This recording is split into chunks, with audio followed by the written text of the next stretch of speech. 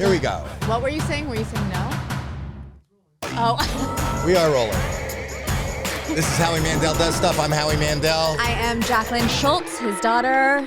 And Tyler Henry is in the house. Not to be confused with Tyler Perry, Hollywood Medea in the house. That's what you call yourself, right? I got announced as Tyler Perry and I just rolled with it, so. Really? When? Hollywood When? Medea? Oh, all the time. I go to do live shows in front of thousands of people. Ladies and gentlemen, Tyler Perry. Yeah. It's very humbling. It keeps me, And when people come up to you in the street, do they accidentally say that? Yeah, all the time. I'm like, well, we don't really resemble each other. Who do you get? We can talk. You get What? Montel. Not anymore. Montel. Yeah. I did. People call you Montel. Why are you laughing at that? That they think I'm Montel when they think you're Tyler. I could see the... I think it's a bald thing. It's a bald thing. And it was didn't you both have the mustache at one time? But no one we confused didn't you. share one. I had mine, he had his. Yeah. Tyler and I have met before. Tyler, you did a very accurate reading on your was it the E-show that we did? That's right, Hollywood Medium. Yeah, and very moving show. I remember doing I remember specifically, I was wearing my dad's glasses, but I didn't tell you that, and you were picking up my father. The thing about here on Howie Mandel Does Stuff, we are believers. There are a lot of skeptics. Yeah. And the skepticism is sometimes there's a lot of fervor, a lot of hate, a lot of sometimes the church. Totally. Yeah, you get that a lot. Well, I liken to what I do as really being ideological. It's kind of like, in dinner subjects, you don't talk about religion and politics.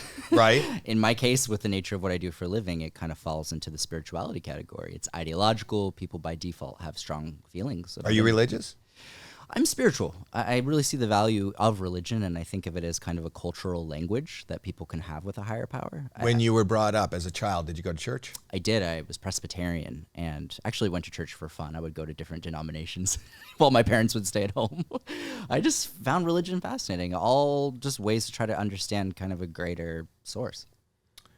How old were you when you first discovered your power? Abilities. Is it ability? Power? It's like You're a right. What marvel- I do is a power. What you do is an ability. That's right. Well, I would say, for me, it actually started when I was 10 years old. I had a premonition of my grandmother's death. And at the time, I didn't recognize that as an ability. It was just something that was kind of actively happening. But these moments of knowingness would happen at school and around teachers, and I didn't understand where they were coming from. I would just say them, and kids would respond. And then eventually teachers started responding. And In positive ways or negative? well, both. There was one instance I was with a kid and we were walking the PE track and I said, "Did you and your grandpa have peanut butter sandwiches?" And he said, "Yes." And I said, "Did grandpa put a pickle on one of those sandwiches?" And he just got real quiet and about pooped his pants because indeed he had a very specific memory of sharing a peanut butter and pickle sandwich. And with his I grandpa. shouldn't go that dark, but it was a pickle, right? It was a pickle. It was an a actual sliced pickle. Okay. And it ended up landing. And it's kind of those things, as we even saw in our reading, that are kind of only known between the person that passed and the person receiving the reading that substantiates. But you didn't know what you were doing, right? Like, I still don't. But did that make it hard for you in school? Did that make you kind of a pariah, or were people gravitating towards you? Totally. I mean, it was kind of a mixed bag, and you had like parents who would be interested in readings, and then the kids would be kind of frightened, and vice versa. and were people told to stay away from you because? Well, there was so much. I mean, being in a small town, there was a lot of religious fervor, and so Central California is a little bit more conservative. And my parents had a small business in our little town, and so it definitely was one of those things where I didn't want to rock the boat. But there was an instance in middle school, a kid came in and he was going to beat me up with a number of his friends, and my hands were still wet, and I turned around and the door closed. Why were your hands wet? I was washing my hands. Oh, okay. You're my favorite guest ever. I wasn't missing the bowl. No, but I turned around and these words just left my mouth. They said, "Your aunt knows that you were crying with your dad last night and you need to leave me alone." And I just said it point blank to this bully, and his friends looked at him, and they looked at them, and they ran out of the bathroom because he was crying in his dad's arms the night before about the passing of his aunt. So that moment, I didn't understand how it happened. It just did, and it actually protected me. Does it ever scare you? It can be startling. There's times where information will come through that is a little overwhelming. I have to kind of have tact and diplomacy in how I articulate things. I think of my reading with Alan Thicke. as being really demonstrative of that. You know, he came in as a total skeptic. I kept getting a feeling around his heart, and he kept kind of laughing it off. I think we looked at the footage. It was like 2 minutes of me just insistently saying, you need to get your heart checked. And I'd even told him, look, even if you don't believe in this, you need to do this for me. And, you know, that ultimately 3 months later led to him having a heart incident that took his life. So, And he died within months. Yeah, and it was just one of those things where as a medium, I feel responsible for the message, but it's kind of like a mailman. You know, I write the letters. I don't create the message in and of itself, I guess. Go ahead. I'm always interested. Whenever we talk to different mediums, they describe the way they see stuff or get messages very differently than each other. Like it's not the same across the board. So what does it look like for you? Sure. Like, is it actually a person that you see or just pictures or? Mm-hmm. It's really kind of multifaceted. I don't see dead people walking around. You know, if anything, I've just kind of dead. learned They're just passed away. But if anything, it's really more of just kind of having an active daydream and learning how to kind of just get lost in one's mind and just kind of pick up the subtleties of what pops in. Very often it'll come through as physical sensations that correspond with how somebody passed. Sometimes it'll feel like memories that aren't my own, but they're still very much in there. And so learning how to kind of navigate that and identify it and then articulate it is half the battle as a medium. Is it constant? Is there always something? No. Thankfully not. I've kind of learned it's akin to like a volume dial, so you can kind of like turn it down or turn it up depending on certain modalities. So I have kind of a modality of scribbling that allows me to kind of turn on. And so when I scribble, that's, you know, when I start letting information come through. When I'm not scribbling, that's kind of my cue to say, okay, right, I need to be Tyler the human being, not Tyler the medium. Or Tyler Perry. That's right, or Tyler Perry. Exactly. Medium. I find it fascinating right now, and we'll have a link to where people can get tickets in the in our on this podcast, and so people can click. But you're doing live tours now. I am. I saw that you're playing like the Westgate in Vegas in April. Right, yes. And you play those. I mean, what's that? 1,500, 2,000 people. Yes. In a room. What do you do on tour? What is a tour? It is a group event. Anywhere from 2,000 to 5,000 people can be there. And I really just have to go into the audience. I focus on whatever's coming through. And I have to, in a very short period of time, be able to identify very specific messages, have them make sense. It's a ton of pressure. But there's something so beautiful about watching it because it is unedited. It's live. It's in the process. And there's something about watching that happen that even if you don't receive a reading, I think there's secondary healing that can be kind of acquired from watching other people have really cathartic emotional experiences. And just knowing that there's more. Exactly. You know, and that's not it. The Westgate Hotel was the Hilton. It's where Elvis was. I was just, did you not know that? I didn't know that. I should have known that I'm psychic. Yeah. No, there's a difference between psychic and history. Yeah. But I just played there. Yes. I didn't do any readings, but I did stand-up comedy. And what was fascinating, and I wonder if you get the vibe when you're in the room, you should ask them to show you this. Yes. So right before, and we'll put up pictures of this after, but right before you go on stage, they kept... Are you an Elvis fan? Oh, yeah. I mean, yeah. A little achy break. Well, wait, I'm not asking you to dance. I was going to say achy breaky heart. That's a little bit different. Sorry, Miley Cyrus. I love that he thinks achy break. Billy Ray and Elvis Presley. One can aspire. Are we not in focus? No, they're switching back to manual focus. You're what? Switching to manual focus. Okay. All right. This is my son is wandering very around. smooth. I love it. Okay. Oh, it's focusing. We're going in and out. But that would be great. We have Tyler Henry here. We can make it seem like, ooh, I see clearly. I should put smoke. You want smoke? He's doing, yeah. It always adds to the, yes. Really? Whip out the crystal. Oh, they actually have smoke. Are you kidding me? Well, we want to. I'm going to start levitating. You better watch out. And it just happened because of you. It just because happened. of you. Yes. You make it happen. Wherever you go, there's smoke that follows. Sorry, I Taco Bell. Yeah. So what I was saying was in that hotel. Yes. That's where he played. That was his residency. Wow. And they kept the floor. Obviously, it's been redone in the years and years since. But the stage floor where he stood right before he walked out to over 800 shows, they keep that spot and his footprints where he was. Wow. So I don't know if geography or anything gives you a better vibe or a stronger vibe. Yeah. But then also you should ask I don't know that it'll be interesting to you because you think it's Miley's father, but right under the stage, they took me to, I have a video of this, they took me to, he had like a private bar area where him and the Colonel would receive guests after the show, and they haven't touched anything. Wow. It's exactly, there's a picture of him on the wall with the Colonel and the guy. Did you see the movie, Elvis? Right. With I Austin love Austin Butler? Butler, exactly. Okay, so the Austin Butler movie, you remember the Colonel kept signing contracts and holding him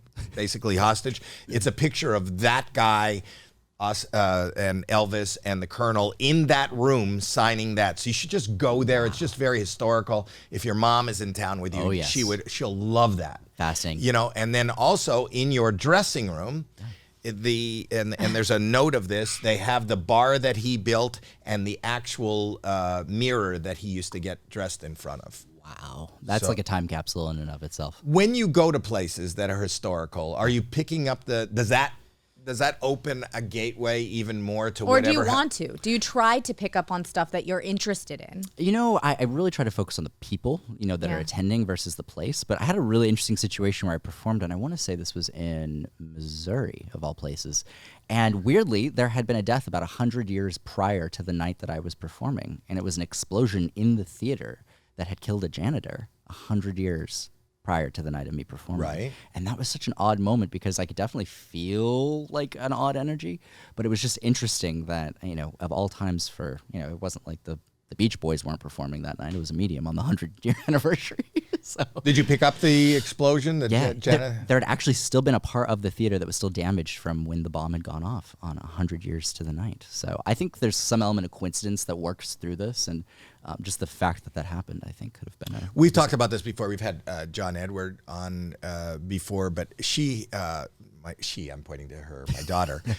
Some people listen and don't watch, but she has, I believe, the capacity to do what you're doing, but shuts that door so tight and doesn't want that, and it scares her. But we've had incidents where we stayed in a hotel. I won't mention the hotel, but it was in Vegas, and she saw things, and then we found out that there was a suicide in that room of the kind of person that she saw. But that's why I was asking the question that I had asked before. It doesn't seem like what I experience is the same thing I've heard from mediums who tap in to get messages or anything like that. Like mine is when it's happened to me in the past, very scary experience where I actually do see people or things moving or whatever it may be. And it seems very different than what you're talking about. Yeah, I mean, I would kind of wonder if there's a different thing that's kind of being tapped into there. Like when I, do readings, it's very much just trying to kind of connect to people from long ago, bringing forward, a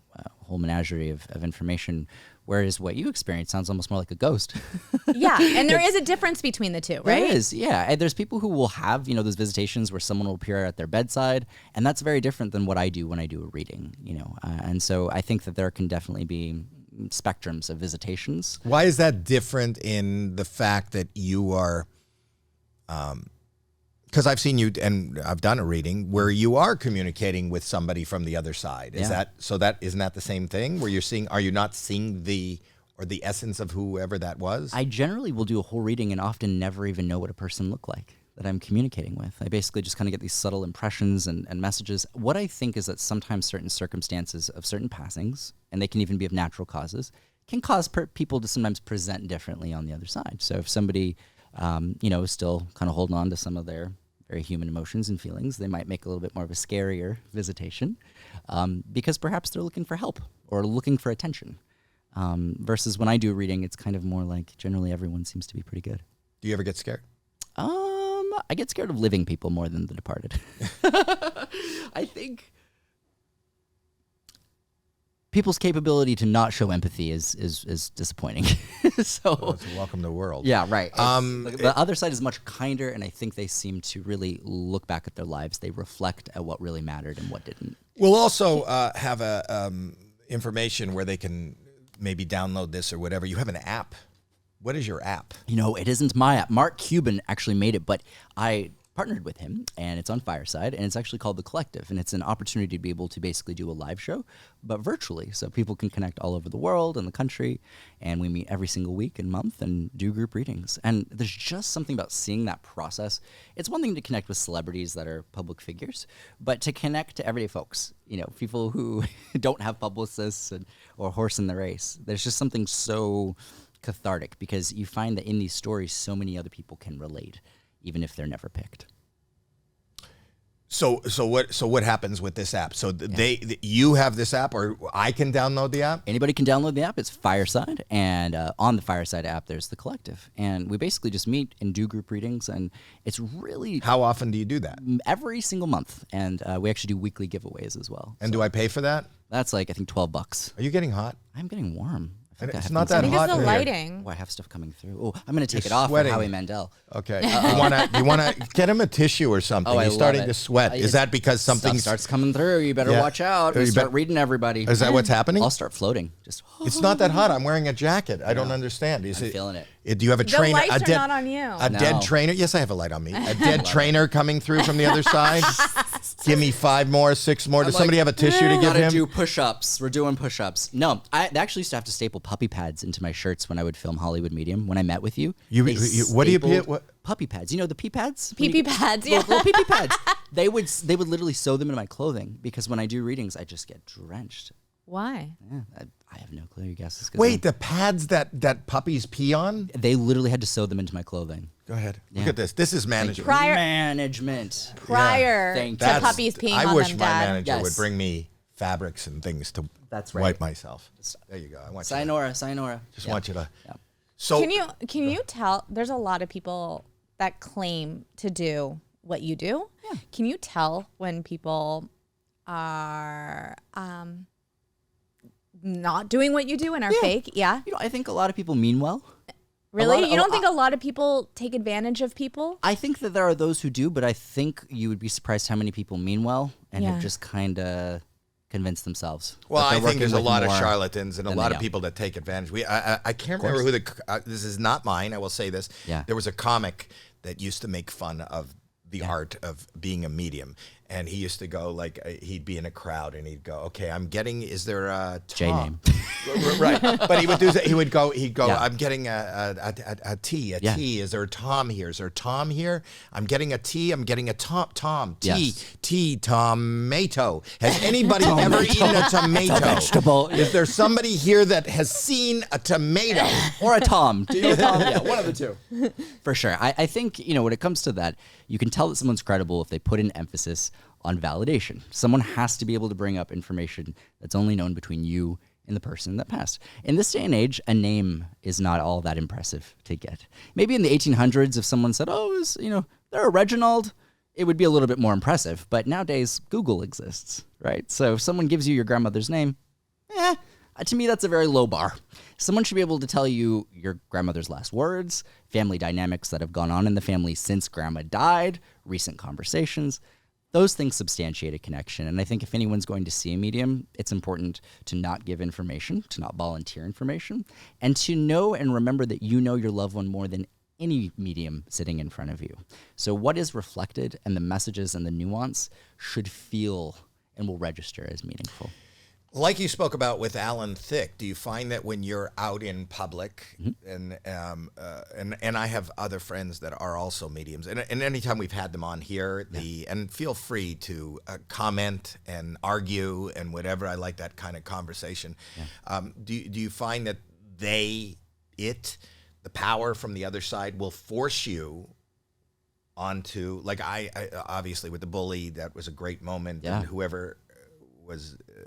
You had that happen with your friend Goldie, right? When you had someone on. Yeah. Wow. I had on. Do you know who George Anderson is? Oh, yes. I love that guy. And he's really, that was the first time. I was a huge skeptic. And he's actually done the podcast. But that was my first encounter with him was so, there was no way that, by the time I met you, I'm a believer. Right. So, but when you're a skeptic, Oh, yeah. and then you are, as a skeptic, receiving something that at that time there was no Google or anything, and you're receiving things that happened that day where you were not, you go, how else? Right. You can use the word coincidence, but there can be only so much is coincidence, and then we have to be open-minded. I heard a famous quote that said, there's two types of people, those who believe in meaningful coincidence and those who don't.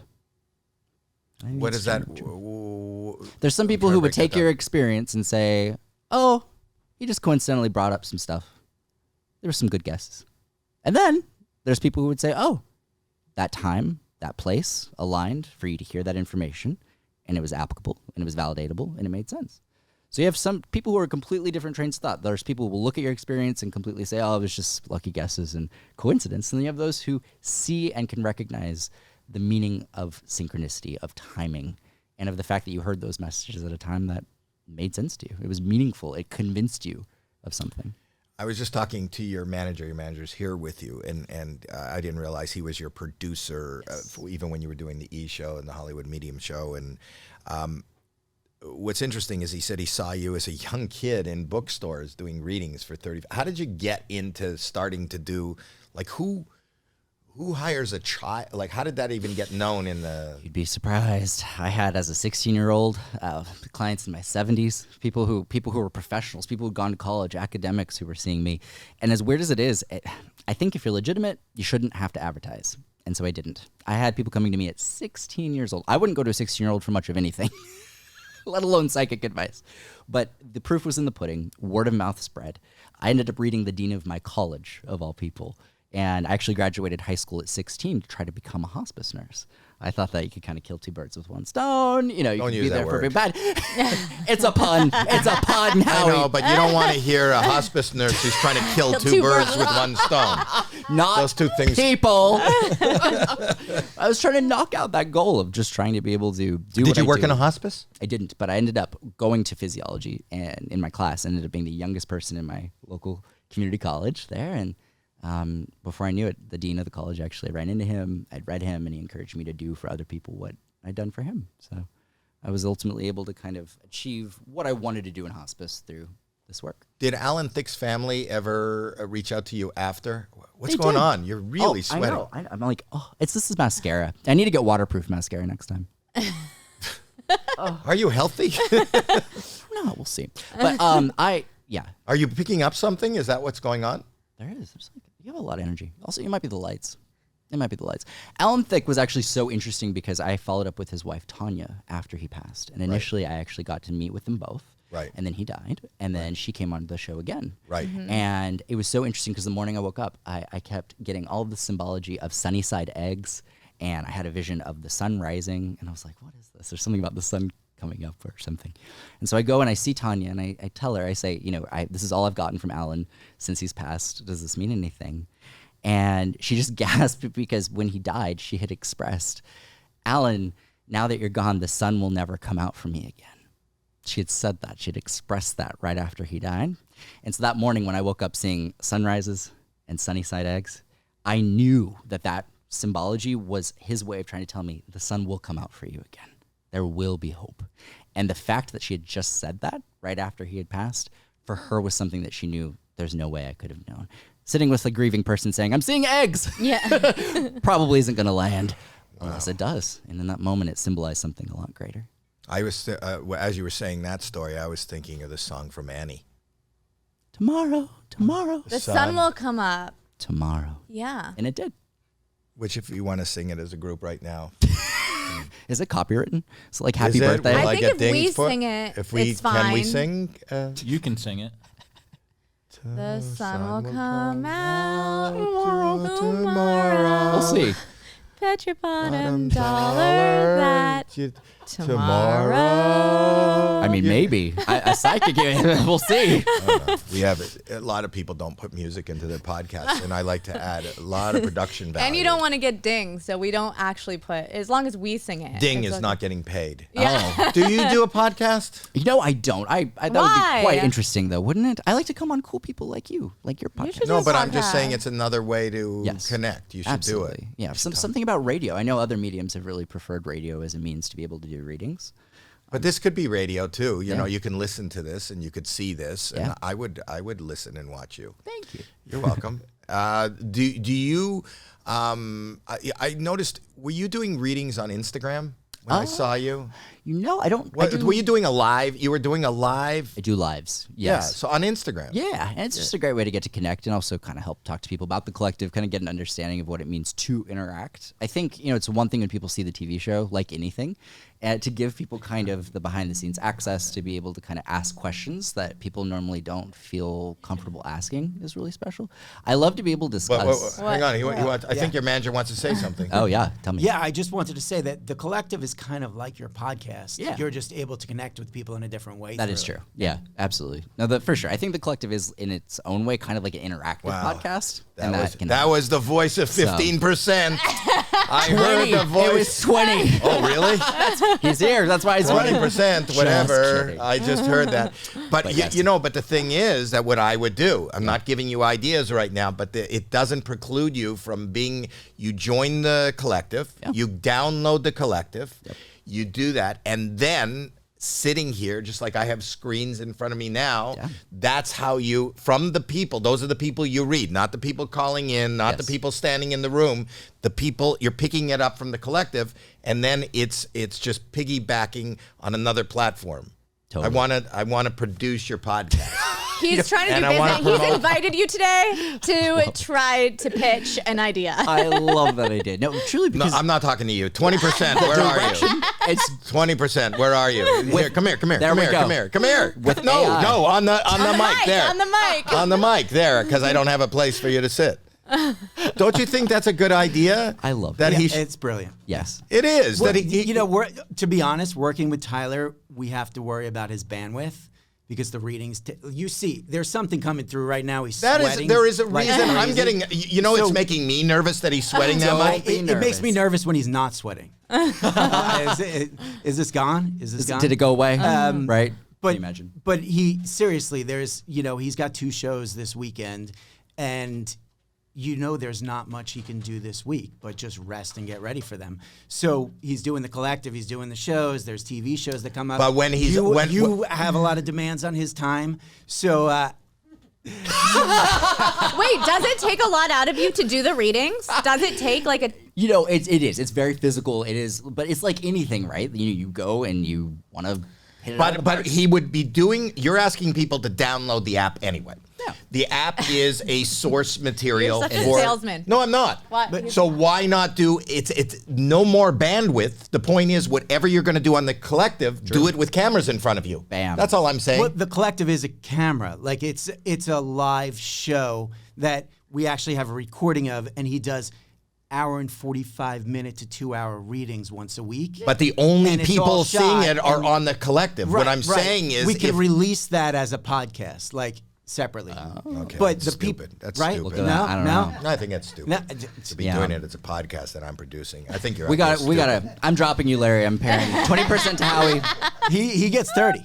I'm just 30. saying. Okay. Now my dad's very bossy I get too. negative Like 20. you're not going to hear the end of Here's this. what I'm, and this is what I'm thinking. I'm getting like nervous because you're sweating so much, because I'm feeling like that is a sign. Is it a sign? Be honest with me. I mean, there's always residual stuff that's like around, for sure. Are you getting something that you're trying to hold back? No, I would say that. I would let you know. I would just point and be like, Grandma. No. But I mean, it's also funny because we do podcasts every week, every Tuesday, wherever you get your podcast.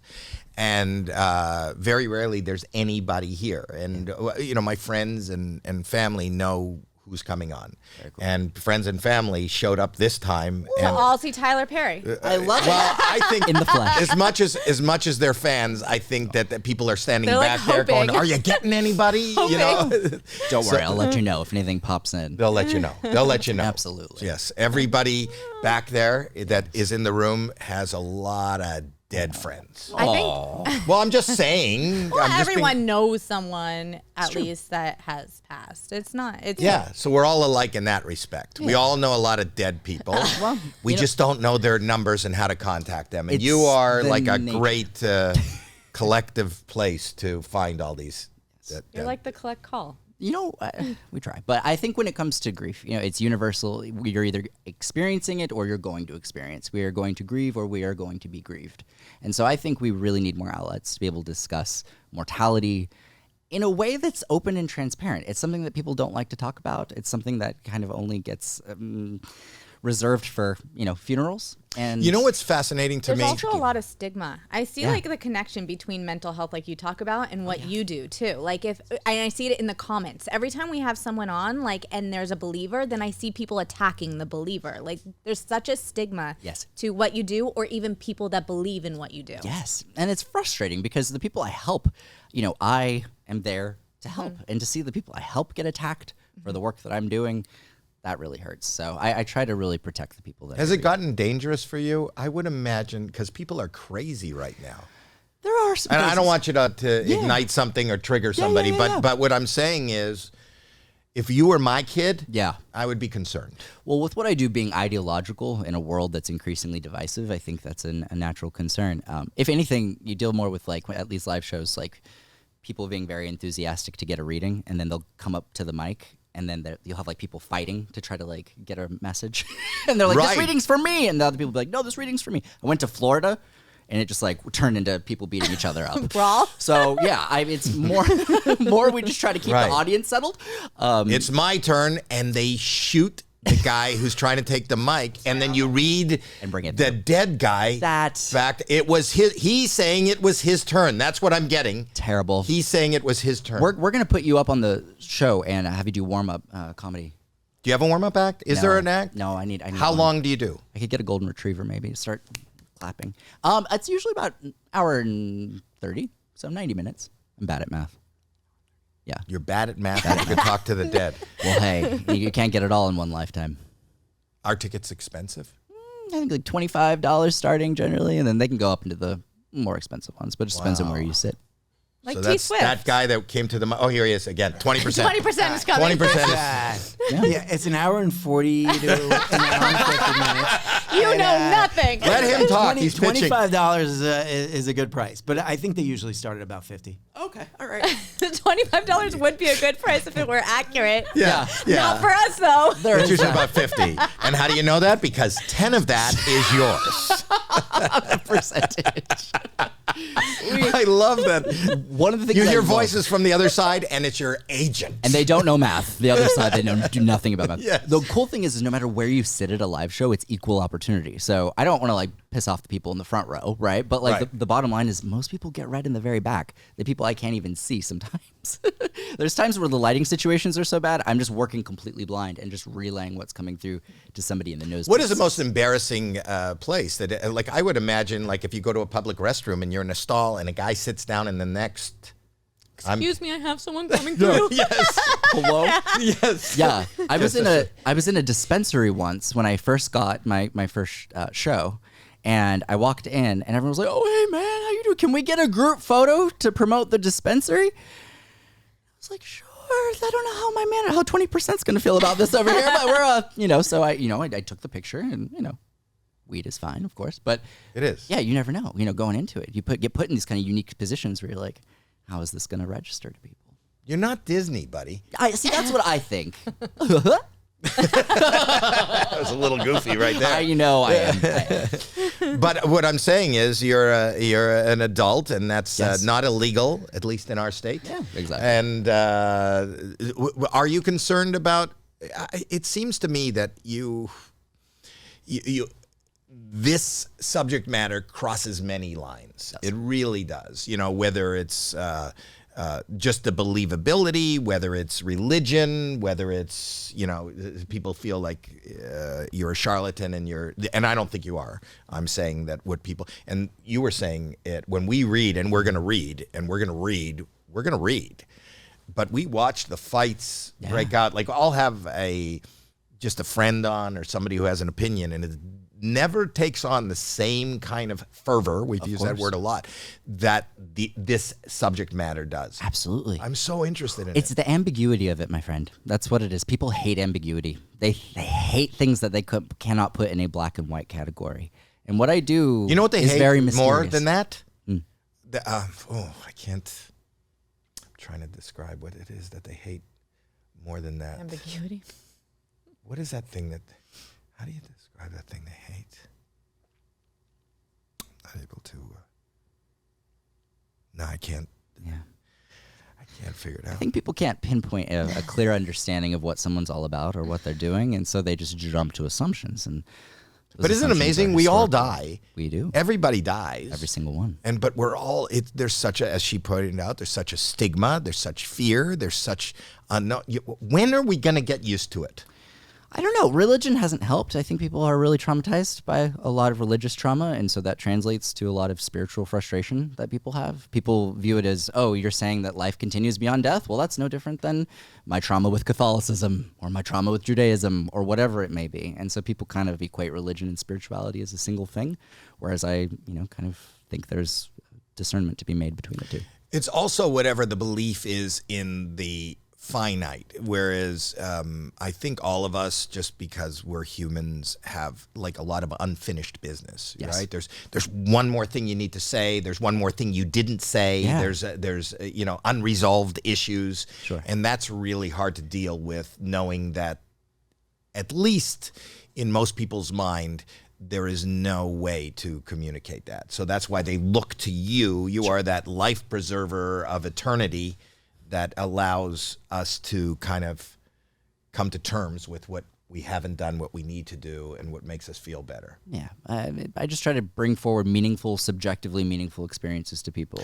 Is there ever a time when law enforcement has come to you for cases? There was a case actually on my Netflix show where I worked with a private investigator, and there were 2 cases on that one, and she had 2 file folders, and she didn't show me what was in them, and I kind of ran my hand over them and correctly identified what was in actually one of the folders. And so that was a good sign for me. That was an intuitive hit, and then kind of proceeded to look into it more. But the person that we picked actually ended up still being alive. So it was a missing person who was still with us. And that presented actually some challenges because I, as a medium, generally communicate with people who've passed. So But the people who have passed have a perspective on what's happening here, and they give you that.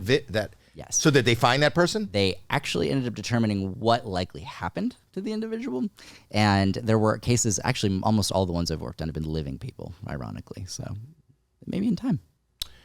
Do we have questions from listeners or viewers or watchers or his agent? Yeah, I think we got a couple people on Cool. You want to take some let's take some questions? questions. Okay, Absolutely. all right. Let's on do it. Zoom. Yeah, we're going to Zoom somebody in. Awesome. And you will talk. These are, I don't know who they are, and I haven't been briefed, but we put a notice out on social media sweet. the other day and said you were going to be here, so You let's did? see. What? You did? Yeah, yesterday. I don't tell you things. Oh, you saw it, right? I saw it, yes. He saw it. She doesn't look at it. I don't look at it. Oh, go to howiemandel.com. Oh, go ahead. Are you ready? Yeah. Okay. Yeah. Good to go. Here we go. I have stuff too. What? I have a question too. But maybe we'll get to it later. No, we could get to your No, question it's while okay. we're waiting no, for no, this no, person. We don't have to. No. It's taking see. some time to get to this person. I don't even think that you'll like my question. I like your won't like question. it. No. He won't. No, you won't. I don't think you'll be into it. Most of the stuff I plan, you're not into and you don't like. Well, I really am not thrilled with you. I know. We're not getting along right now. Is that what you're picking up on? You know what? That's not why I'm sweating. We got this going on. There. Oh, here we go. You can look at her right Awesome. there. Hi. Oh, we I can't don't hear. we don't hear her. Oh, darn. All right. Maybe I could read her mind. There you there. are. Talk now. Hi. Who are you? I'm Audrey Rose. Hi, Audrey. Wait, are you Audrey Rose? Yes, that's my full first name. Audrey Look, you got Rose. it. I love it. Amazing. Thank you. Go ahead. Do you have a question for Tyler?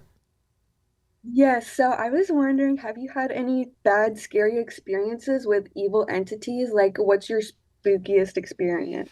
Oh, it's a great question. Thankfully, the nature of my work is a little different than our friend here who had the person appearing at the hotel and all that. Yeah. Right. With the nature of what I do, being that I work off of the premise that I think that most of the people I'm connecting with have gone through a process of a life review, of obtaining some sense of clarity and understanding.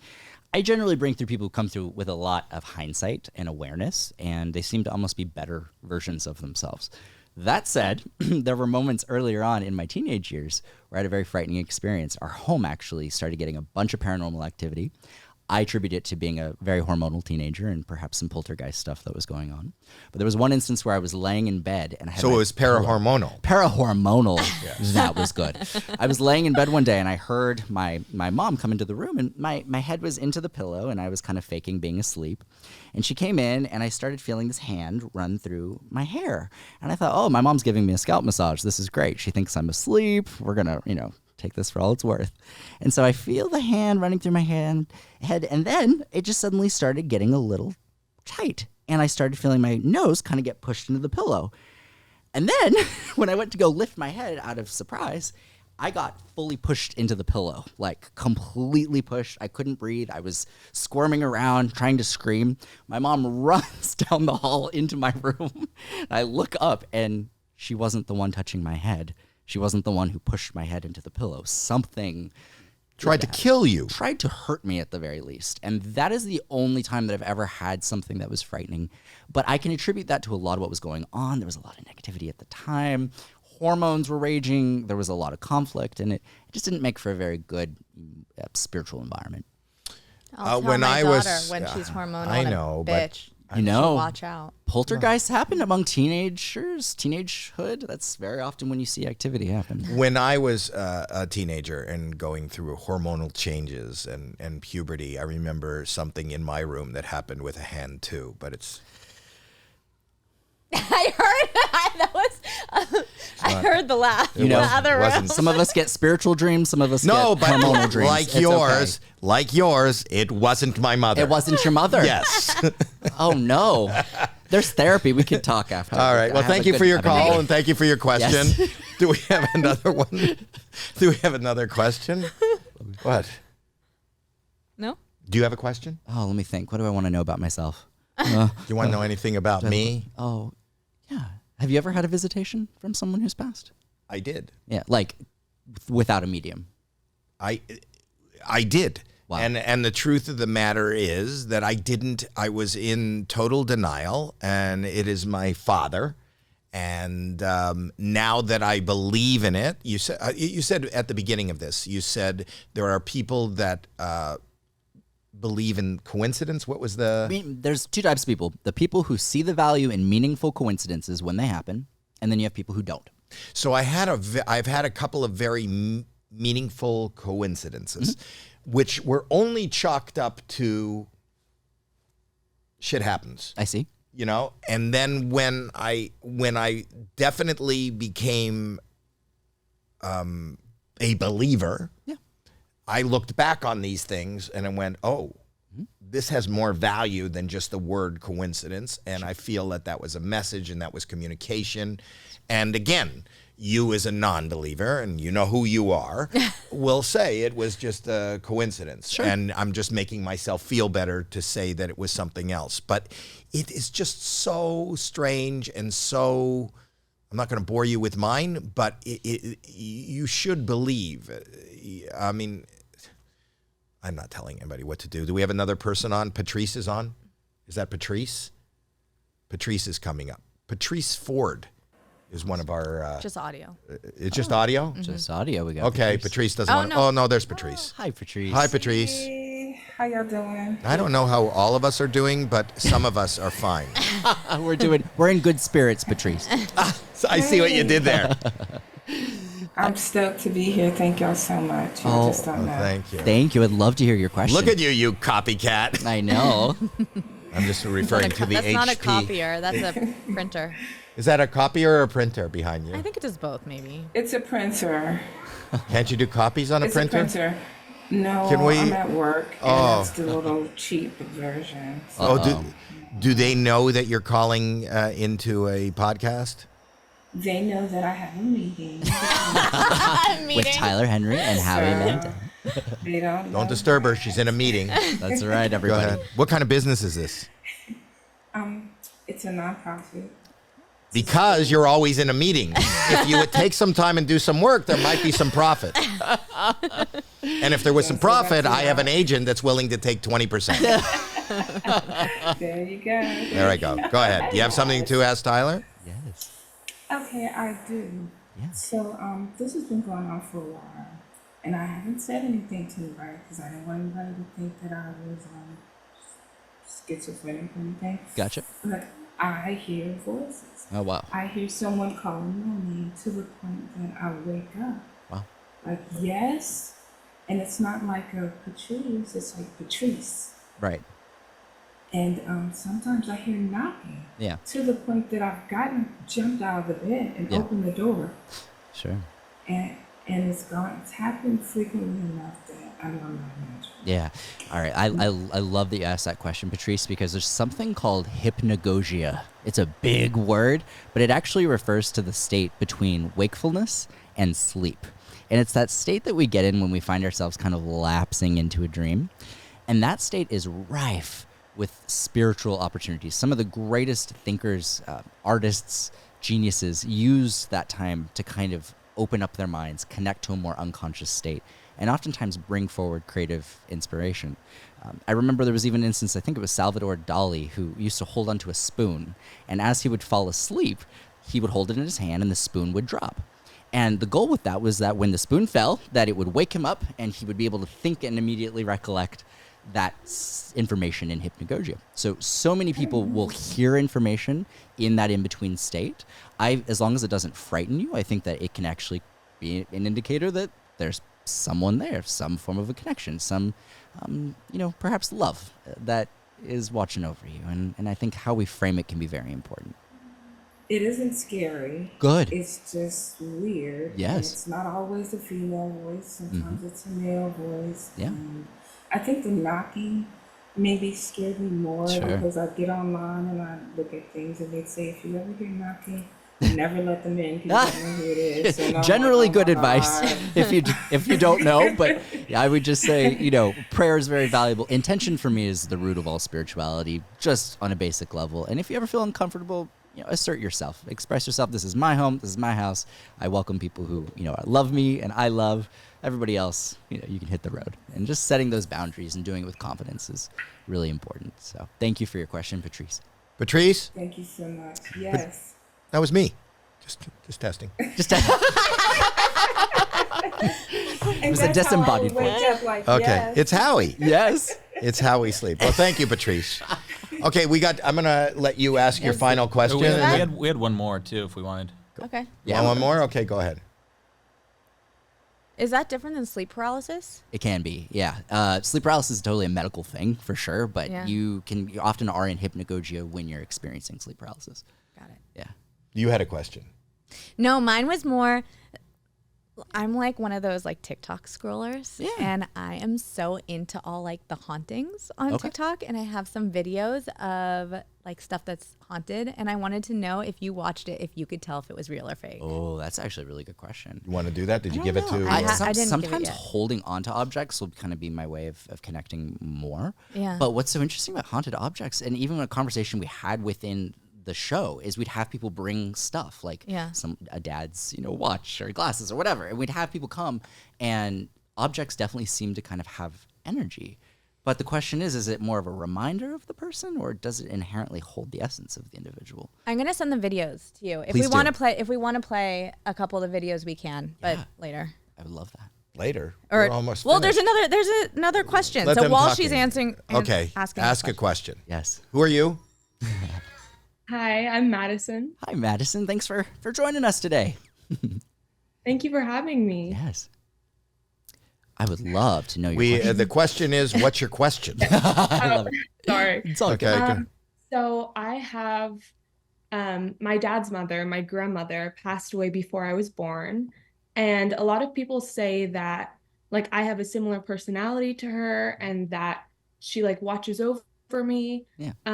And I just wanted to know maybe if she had any messages or anything. Oh, you know what I want to do? I want to give you a full collective membership, and I would love to be able to talk to you here in the coming month. And we could kind of keep the conversation going. But what I find so cool about that is that even when we don't meet certain relatives, there's something about generations spanning through time. It's so fascinating how we can kind of carry their essence into a world that will never get the chance to physically meet them. And whether someone has, grandma's eyes or grandma's smile or a temperament, there's something so beautiful about being able to kind of continue that legacy through our actions and what we do. So I would love if you reach out to us over on my Instagram. Might be the best way. So you gave her a collective membership for free. a whole year for free. For free. There you go. Can we speak to your agent? You just made 20% of nothing. Nothing. Sorry, Larry. Nothing. He's pissed. Yeah, look, he's like, you're done. You're done, The interview is done. But thank you for your question. Thank you for your time. I really appreciate it. Do you want to look at the one TikTok or whatever? There were two. Are there? There's two TikToks, but we don't we're have kinda- to. If you're not into it, we No, can be done. we'll look at one and then we can. I love it. Do we? Is it going to take There's some one time to that's put it up? I sent him both. There's one that's super popular on TikTok. It's a guy that has like nonstop knocking. I've seen. You've feel seen that like one? yes, he has. Okay, like so we'll put poltergeist that up activity. after in Yeah. post. So talk about that. And then there's another one that's not super popular with a balloon that keeps following him through the. Yes, You know that one too? My aunt weirdly had an experience where a balloon followed her through her whole house. Yeah. and she was like screaming, and I was like, oh. It's like the movie It It. just kept following Yeah. him. So It what was- do you think of those things? I mean, unless there was a draft, I feel like that's kind of strange. The balloon No, it's seems strange. real to me. Everyone thinks the knocking is fake, that Yeah. he's somehow doing it because it's like You saw he's that one. What do you think? Do you believe in it? I'm hard to say, but I think it's certainly possible. I've seen clients who had those things happen, absolutely, and things. He's not here to discern. It was TikToks. interesting. I'm just No, interested I gotta because tell you. I'm so into those videos, and I don't know if that's the kind of thing that you could discern whether it's real or fake. But I did a reading for a lady who lost her son, and it was the weirdest thing. The only thing I was really getting was a green balloon. And I was like, green balloon, what is this? And the weirdest thing was she actually had seen a green balloon outside of her garage like the day before, caught up in a tree. And she was going through this whole grief process, figuring out her son's funerary arrangements and all of this stuff. And the fact that I was just like, green balloon, she was just like, what the? Like, yes, I saw a green balloon, and that's coincidental. We've all probably seen a green balloon at some point in our life. But the fact that she saw it as she's planning her son's funeral, that for me is kind of the essence of what substantiates a message. You have people who could say, oh, it's just a coincidence. I say, look at the timing of when these things are said. It's uncanny, and it can evoke a really meaningful sense of significance. So we look forward to you seeing you live. You're going to do a lot of. Do you do a lot of dates? I do. 32 as of right now, but we're going to be adding more. And we'll have it. You'll click in this. wait, 20%. There you go. We're on it. Well, he's got shows this weekend in a couple of days. It's not in going Santa to. This isn't gonna air. This won't air till. He's got Peacock Theater in LA coming up April 12th. And then Palm Springs. We'll April put all the 13th. dates. Here's what we're going to do. I'm going to Yeah. put all the dates on this, so when people are listening and watching, they can click on, and we'll put his I'm going to dates. shut up. Yeah. No, you don't have to shut up. It'll just be Good. I just wanted easier. to, I just wanted to remind him. And how often do you go on the collective and do that? That's every week. We do Once a private week? reading giveaways once a week, and then we also do 2 virtual group readings a month. So And is there anything else to promote? Now he's not here. look at that. He just Is there anything else? No that you want- 20% There's for you, nothing Larry. to promote at all. We're just happy to be here. Yeah. Yeah. Tell. And on that note, Henry. thank you so much. Subscribe, comment. We have a scratch and sniff subscribe button now. If you subscribe, your finger stinks for a week. That sounds dangerous. Yes. You have to watch these videos, Dad. I What? want to show you. I want to watch them. We're going to put them in.